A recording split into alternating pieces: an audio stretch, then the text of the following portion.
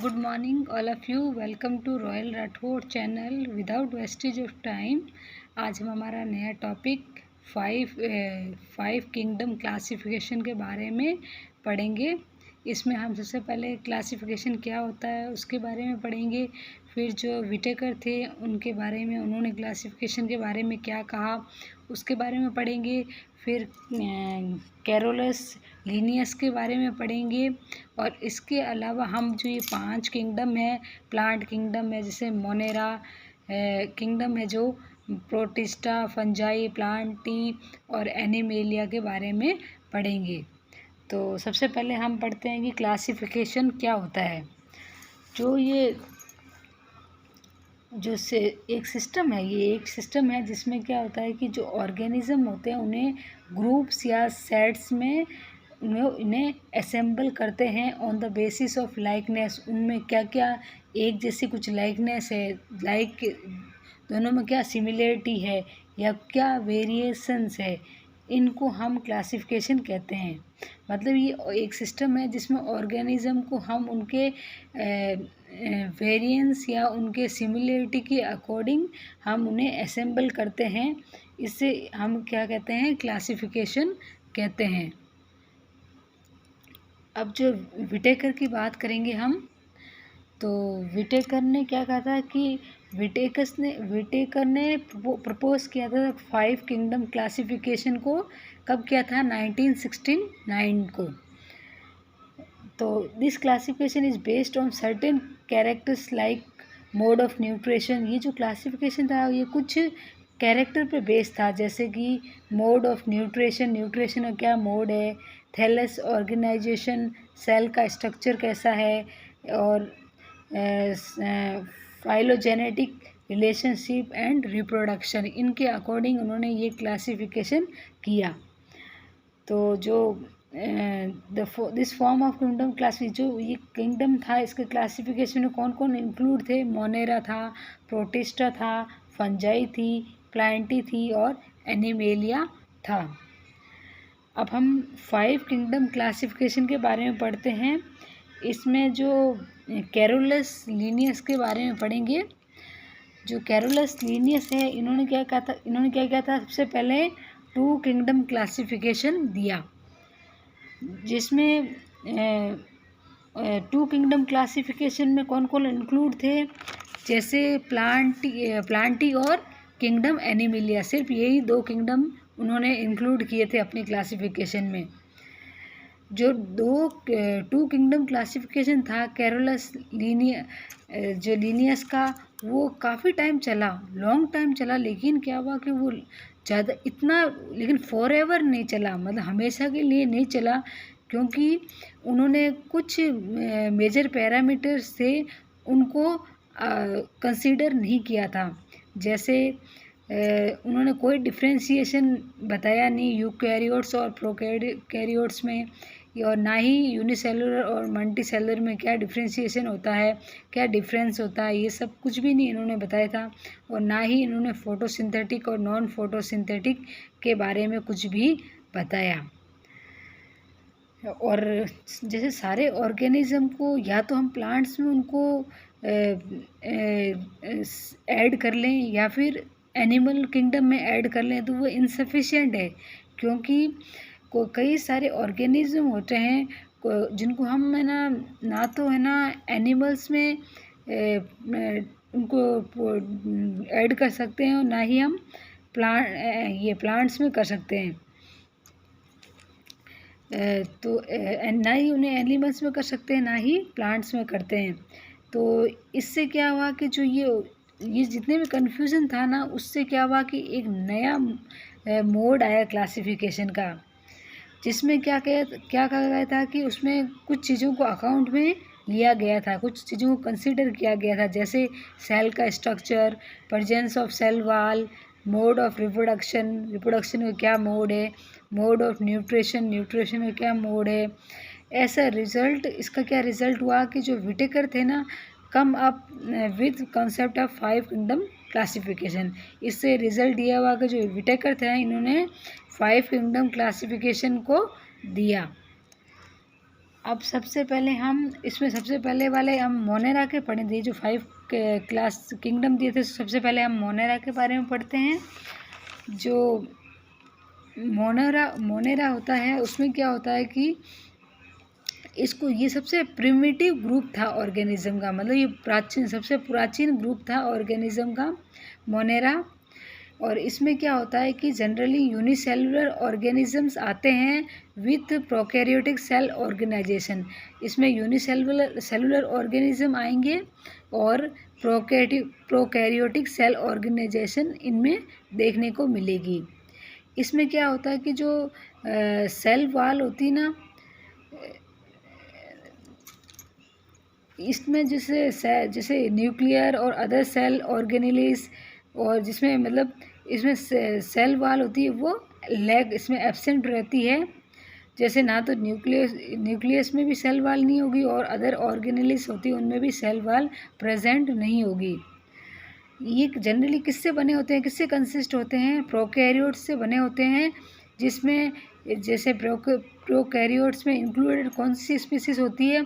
Cyanobacteria, archaebacteria, mycoplasma bacteria, ये सारे क्या है इसमें इंक्लूड होते हैं, मोनेरा में इंक्लूड होते हैं।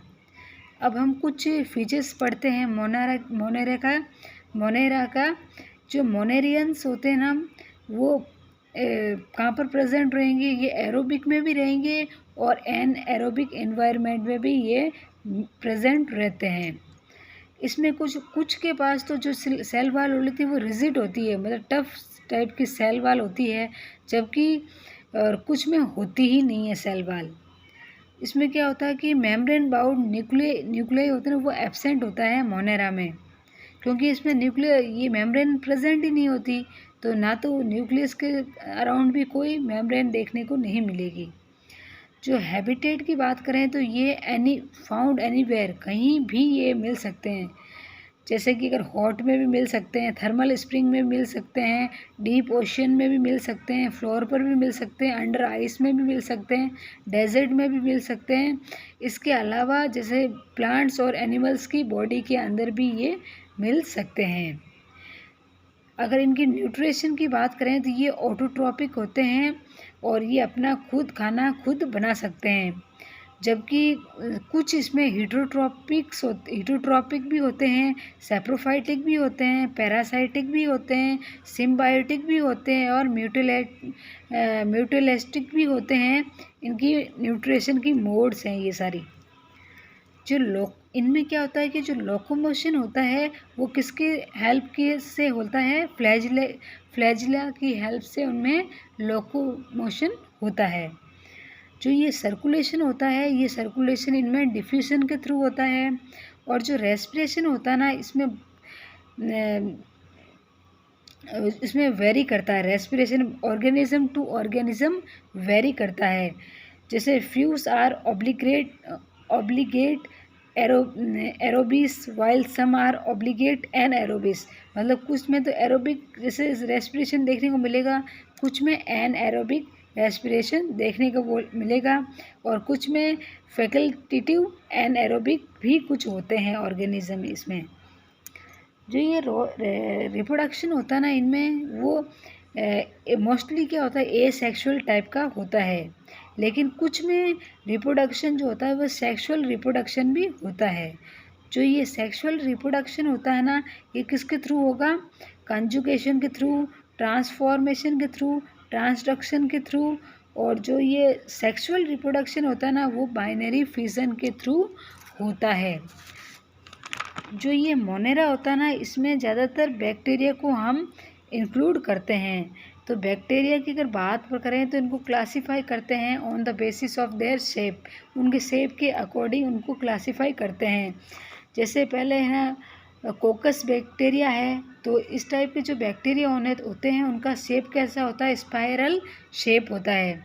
जबकि जो बैसिलस बैक्टीरिया होते हैं वो रोड शेप्ड के होते हैं, और विब्रियम जो बैक्टीरिया होते हैं वो कोमा शेप्ड बैक्टीरिया होते हैं, और जो स्पाइरिलम होते हैं वो स्पाइरल शेप्ड बैक्टीरिया होते हैं। ये तो हमारा मोनेरा को हुआ, जो भी मोनेरा के फीचर्स वगैरह हमने पढ़े। अब हम पढ़ेंगे प्रोटिस्टा के बारे में। जो प्रोटिस्टा होता है उसमें क्या होता है कि इसमें ना यूनिसेलुलर और यूकैरियोटिक ऑर्गेनिज्म आते हैं। इनमें मल्टीसेलुलर नहीं आते, अभी तक ये इतनी डेवलप नहीं हुई है, तो ये इसमें यूनिसेलुलर आएंगी और यूकैरियोटिक ऑर्गेनिजम्स आते हैं, इंक्लूड होते हैं। इसमें कुछ के पास सीलिया और फ्लैजिला भी प्रेजेंट होते हैं फॉर मोबिलिटी के लिए। इसमें सीलिया और फ्लैजिला में कुछ में सीलिया और फ्लैजिला भी प्रेजेंट रहते हैं।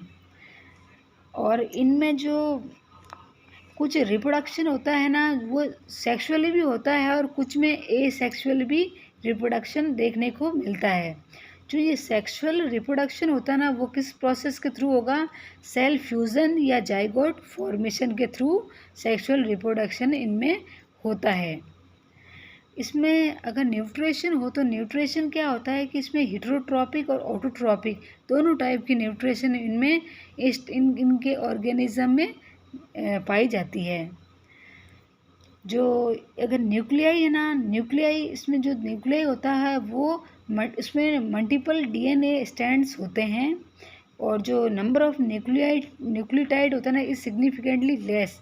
इसमें जो न्यूक्लियोटाइड के नंबर्स अगर बात करें तो वो जनरली कम होते हैं।